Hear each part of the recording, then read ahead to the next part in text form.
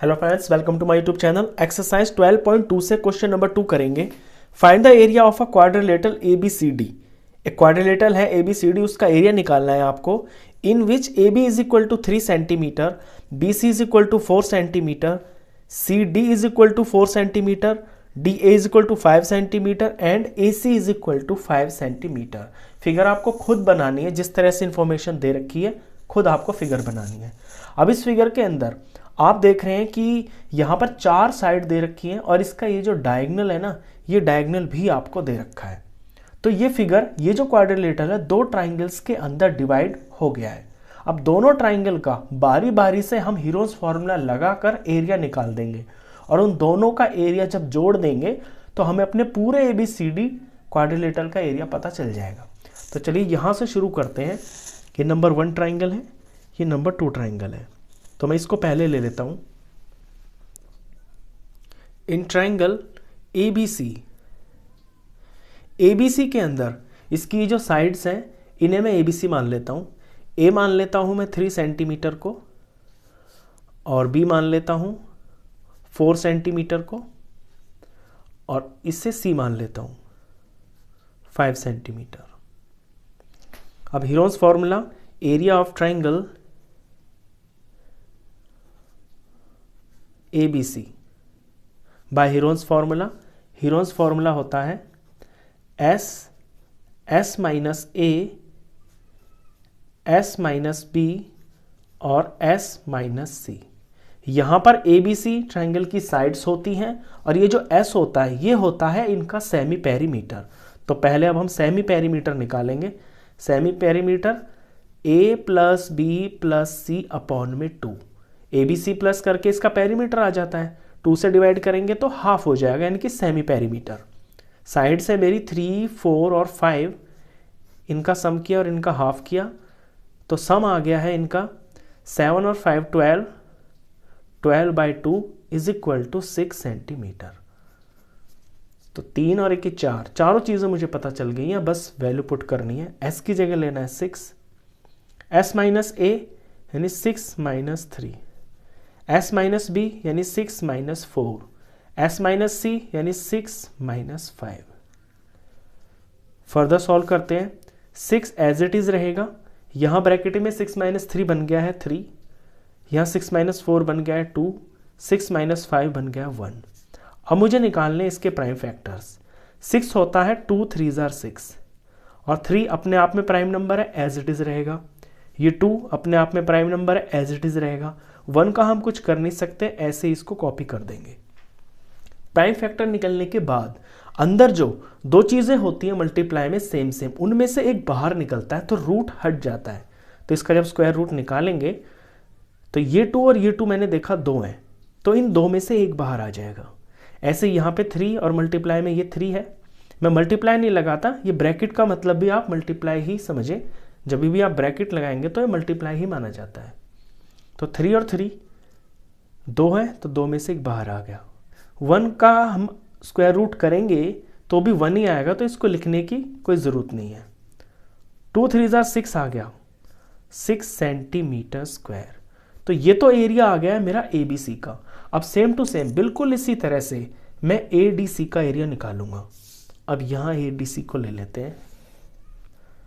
Now in triangle A D C, ADC के अंदर मैं ए मान लेता हूं 5 सेंटीमीटर को, और बी मान लेता हूं इस 4 सेंटीमीटर को, और सी मान लेता हूं मैं 5 सेंटीमीटर को। अब एरिया ऑफ ट्राइंगल एडीसी, पहले फॉर्मूला लिखेंगे S minus A, S minus B, S minus C. Sides तो मुझे पता ही है, तो इसका मुझे सेमी पेरीमीटर निकालना है, वो यहाँ निकाल देते हैं। सेमी पेरीमीटर होता है सारी साइड्स का सम अपॉन में 2। साइड्स हैं 5, 4 और 5 अपॉन में 2। इनका जब सम करते हैं तो ये वैल्यू आती है 14 अपॉन में 2। 14 का हाफ किया तो ये 7 आ गया।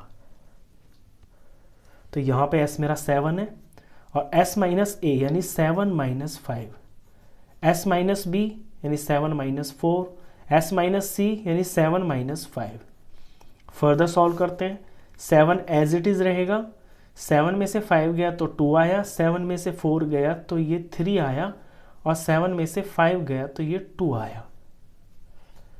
अब यहाँ पर प्राइम फैक्टर्स इसके ऑलरेडी हो रखे हैं, क्योंकि 7, 2, 3 और 2 ये सारे प्राइम नंबर्स ही हैं। तो 2 और 2 ये सिर्फ 2 का पेयर बन रहा है यहाँ पे, तो एक 2 ही बाहर आ जाएगा। 7 और 3 का पेयर नहीं बन रहा है, 7 3 21 हो गया, और ये रूट के अंदर ही रहेगा, क्योंकि पेयर तो बना नहीं तो अंदर ही रहेगा। अब 2 इंटू रूट 21 की वैल्यू आपको स्क्वायर रूट इसका निकालना पड़ेगा डिवीजन मेथड से। चलिए ये यहाँ निकाल देते हैं। 21 है, पॉइंट लगा के मैं इसके आगे 2 पेयर बना लेता हूँ जीरोस के, क्योंकि पॉइंट के बाद 2 नंबर तक मुझे निकालना ज़रूरी है। अब इस 21 का ये 1 से ये 10 है, जब भी आप डिवीजन मेथड से निकालते हैं तो 2 नंबर का पेयर बनता है। यहाँ 21 हो गया, तो इसके नीचे मुझे स्क्वायर नंबर लिखना है। अगर 1 1 जार करता हूँ तो 1 आता है, 2 2 जार करता हूँ तो 4 आता है, 3 3 जार करता हूँ तो 9 आता है, 4 4 जार करता हूँ तो 16 आता है, 5 5 जार करता हूँ तो 25 आता है। तो 5 तो ज़्यादा हो रहा है, तो 4 इंटू 4 करके 16 आएगा, ये इससे छोटा है।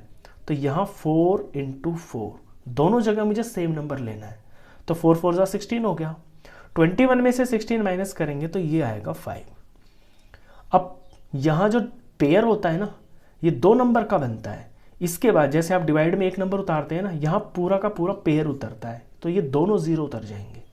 और इसके बाद का स्टेप आपको ध्यान देना होगा कि यहाँ पे ये अकेला नंबर है ना 4, तो 4 में 4 ही जुड़ जाएगा, यानी 4 + 4 हो गया 8, तो यहाँ मैं 8 लिखूंगा। अब 8 के पास मुझे एक नंबर लिखना है, वही नंबर यहाँ पे भी होना चाहिए। उससे पहले मैं यहाँ पॉइंट ज़रूर लगाऊंगा, क्योंकि आगे मेरा पॉइंट चल गया है। अगर मैं यहाँ 1 लगाता हूँ तो यहाँ भी 1 लगाऊंगा, तो 81 1 जार 81 होगा। अगर 2 लगाऊंगा तो 82 2 जार जो नंबर आएगा वो होगा। मुझे ये देखना है कि मैं यहाँ ऐसा क्या नंबर लगा दूँ ताकि 500 या इससे छोटा आए, इससे बड़ा नहीं आना चाहिए। तो मेरी बात 5 पे बन रही है। 85 लेता हूँ, 85 को जब मैं 5 से मल्टीप्लाई करूँगा तो ये 425 आएगा। इसे माइनस करता हूँ तो ये 75 आ गया। अब उसी तरह से ऊपर से मुझे पेयर उतारना है, तो 2 0 मैंने उतार लिए। अब यहाँ पे आप देख रहे हैं, यहाँ ये मत समझना कि जैसे यहाँ 4 में 4 प्लस कर दिया तो 8 आ गया, तो यहाँ 85 में 85 प्लस कर देंगे। नहीं, ऐसा नहीं करते हैं, हम सिर्फ वंस प्लेस को ऐड करते हैं।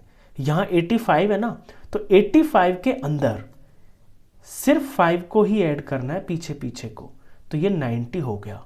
तो यहाँ नंबर बन जाएगा 90।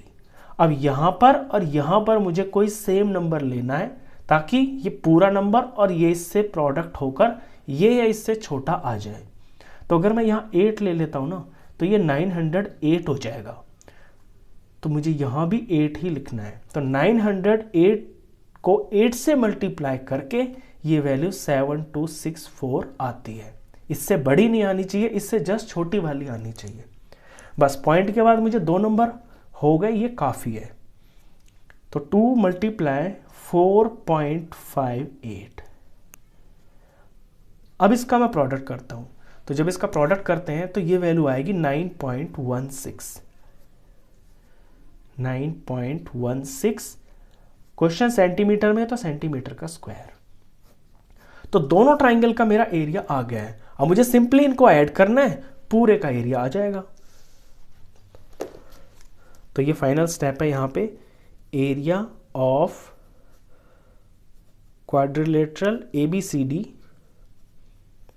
Is equal to area of ABC plus area of ADC। ABC और ADC। ABC आया है मेरा 6 सेंटीमीटर स्क्वायर और ADC आया है 9.16 सेंटीमीटर स्क्वायर। दोनों को ऐड करते हैं। ऐड करने में बच्चे अक्सर गलती कर देते हैं, तो ध्यान रहे ये अकेला नंबर है ना, 1 है, तो यहाँ डेसिमल होता है। अब ये डेसिमल का नंबर है, तो डेसिमल के नीचे ही डेसिमल आना चाहिए, और 1 वंस के नीचे आना चाहिए और डेसिमल के बाद जो नंबर है वो इसके आगे ही लिखे जाने चाहिए। तो पॉइंट ये 1 और 6 और 9 और 6 हो गया है 15, तो ये बन गया है 15.16 सेंटीमीटर स्क्वायर। अब मैं इसको राउंड ऑफ भी कर सकता हूँ।